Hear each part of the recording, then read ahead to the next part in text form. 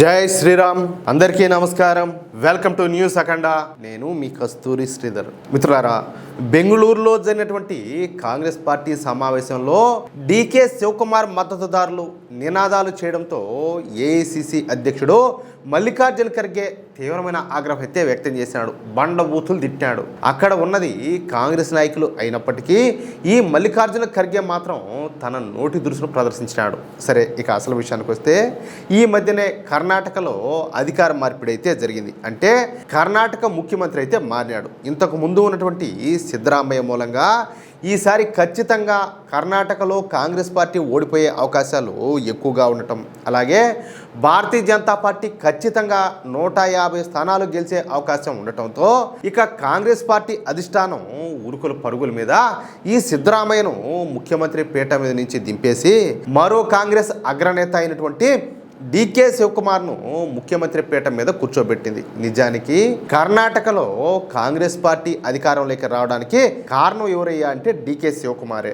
గతంలో కర్ణాటక కాంగ్రెస్ అధ్యక్షుడిగా ఉన్నటువంటి డీకే శివకుమార్ పెద్ద ఎత్తున ఈ డబ్బులంతా కూడా ఖర్చు పెట్టి మీడియాను మేనేజ్ చేసి సోషల్ మీడియాను కొనేసి కింద మింద పడి కాంగ్రెస్ పార్టీని ఏదో ఒక విధంగా అధికారంలోకి అయితే తీసుకొని వచ్చాడు. కానీ సిద్ధరామయ్య ఈ మల్లికార్జున ఖర్గేలు మధ్యలో చక్రం తిప్పి సిద్ధరామయ్య కర్ణాటక ముఖ్యమంత్రి అయ్యే విధంగా కాంగ్రెస్ పార్టీ అధిష్టానాన్ని అయితే ఒప్పించారు. సరే, 3 సంవత్సరాలు అయితే గడిచిపోయినాయి. ఈ 3 సంవత్సరాలలో సిద్ధరామయ్య చేసింది ఏమీ లేకపోగా పూర్తిగా హిందూ వ్యతిరేక విధానాలను అయితే అవలంబించాడు. దీంతో కర్ణాటకలో ఉన్నటువంటి హిందువులు బాగా విపరీతంగా కోపంలో అయితే ఉన్నారు. ఏలా ఊగిపోతారంటే దీంతో ఇక వచ్చే కర్ణాటక ఎన్నికల్లో తమకు ఘోర పరాజయం తప్పదని భావించినటువంటి కాంగ్రెస్ పార్టీ అధిష్టానం ఇక తమకు ఇష్టం లేకపోయినా సరే ఇక డీకే శివకుమార్కి అధికార పగ్గాలను అయితే కట్టబెట్టింది. అయితే ఇదే సమయంలో మల్లికార్జున ఖర్గే తన కుమారుడైనటువంటి ప్రియాంక్ ఖర్గేకు ముఖ్యమంత్రి పదవి దక్కేలా చేయాలని చెప్పేసి శత విధాలా తెర వెనకైతే ప్రయత్నాలు అయితే చేశాడు. కానీ అది సాధ్యపడలా. చెప్పాలంటే ఏనాన్ ఫిట్టు వీళ్ళ కొడుకు చెప్పాలంటే ఇంక అసలు దేనికి పనికిరాడు. అలాంటి వాడు ముఖ్యమంత్రి అంటే ఇంకేంది?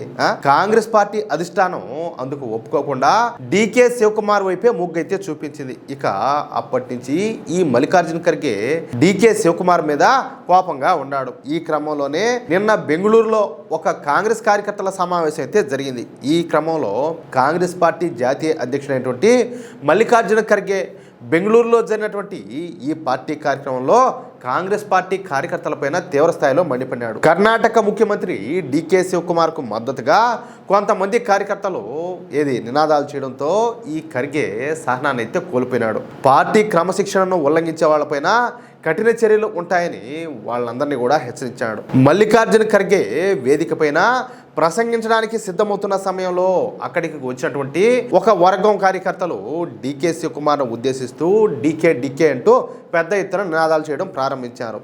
ఇది ఈ మల్లికార్జున ఖర్గేకు తీవ్రమైనటువంటి చికాకైతే తెప్పించింది. ఇక కాంగ్రెస్ కార్యకర్తల నినాదాలతో విసిగిపోయినటువంటి ఈ మల్లికార్జున ఖర్గే వాళ్ళను తీవ్ర పదజాలంతో దూషించాడు. కూర్చోండి, నోరు మూసుకోండి, ఇది ఒక వ్యక్తి కోసం ఏర్పాటు చేసినటువంటి కార్యక్రమం కాదని చెప్పేసి మండిపడ్డాడు. నినాదాలు చేస్తున్న వారిని యూజ్లెస్ ఫెలోస్ అంటే పనికిరాని వాళ్ళు అని చెప్పేసి సంబోధిస్తూ కాంగ్రెస్ పార్టీలో వ్యక్తుల ఆరాధనకు తావులేదని చెప్పేసి తమాషాగా మాట్లాడినాడు.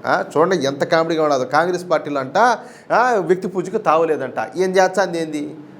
ఆ పార్టీలో పై స్థాయి నుంచి కింది స్థాయి వరకు జరుగుతుంది ఏంది?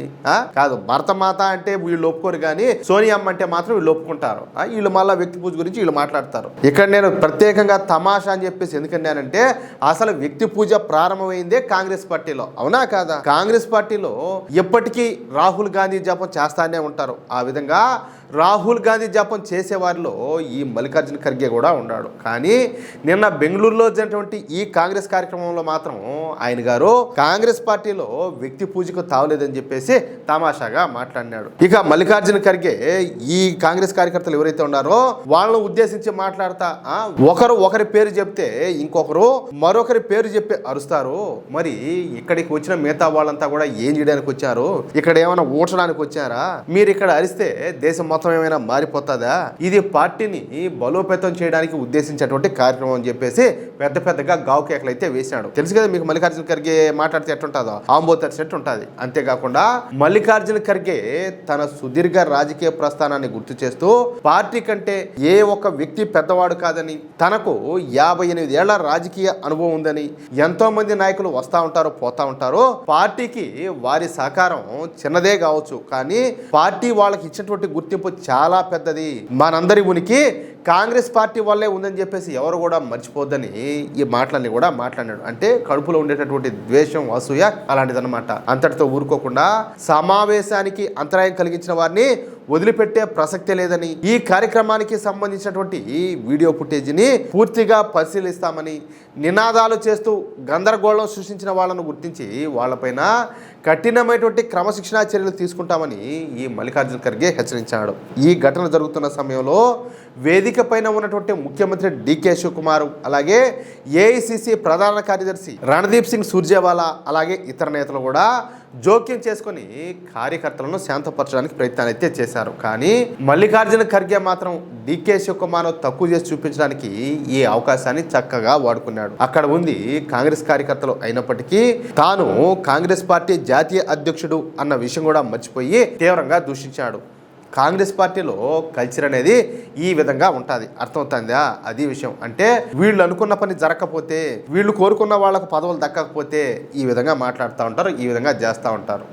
అది విషయం. మిత్రులారా, ఈ న్యూస్ కనుక మీకు నచ్చినట్లయితే వెంటనే ఈ వీడియోని లైక్ చేసి మీ మిత్రులకు, అలాగే మీరు ఉన్నటువంటి వాట్సాప్ గ్రూపులను తప్పనిసరిగా షేర్ చేయండి. అలాగే ఈ వీడియో పైన మీ యొక్క అమూల్యమైనటువంటి అభిప్రాయాలను ఖచ్చితంగా కామెంట్ రూపంలో తెలియజేయండి. ఇంకో విషయం ఏంటంటే, ఇంతవరకు మీరు కనుక మన ఛానల్ను సబ్స్క్రైబ్ చేసుకున్నట్లయితే ప్రతి ఒక్కరు కూడా మన ఛానల్ను సబ్స్క్రైబ్ చేసుకోండి, సపోర్ట్ చేయండి ప్లీజ్. జై శ్రీరామ్, జై హింద్, భారత్ మాతా కీ జై.